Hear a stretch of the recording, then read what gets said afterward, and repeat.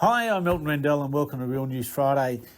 719 sales last week compared to 12 months ago. There was 972, so obviously we're down.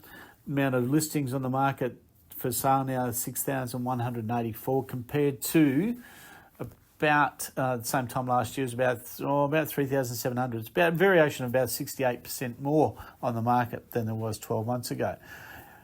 Big statement now, I think interest rates is beginning to bite. Now, interest rates have gone up a few times, and we know that in recent times. It takes time for it to flow through to start having a bite. We are starting to see that. I think people are starting to reevaluate what they can afford to do.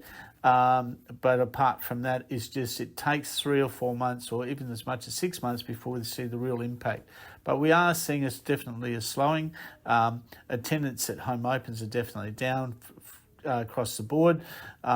Doesn't mean properties won't sell. It's just going to take a little bit longer. Pricing still seems to be holding, but there is definitely a shift in the marketplace.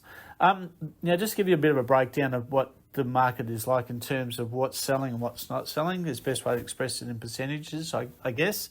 Of the houses, of the properties that are sold in the last week, approximately 69% of that was houses. And then the rest is broken up between units and land. And land's probably the lowest one, probably around 9%. So units are in between there. We'll keep an eye on that and see how that shifts. I'm expecting maybe we may see a little bit of a shift in the amount of units selling. They tend to cool off first.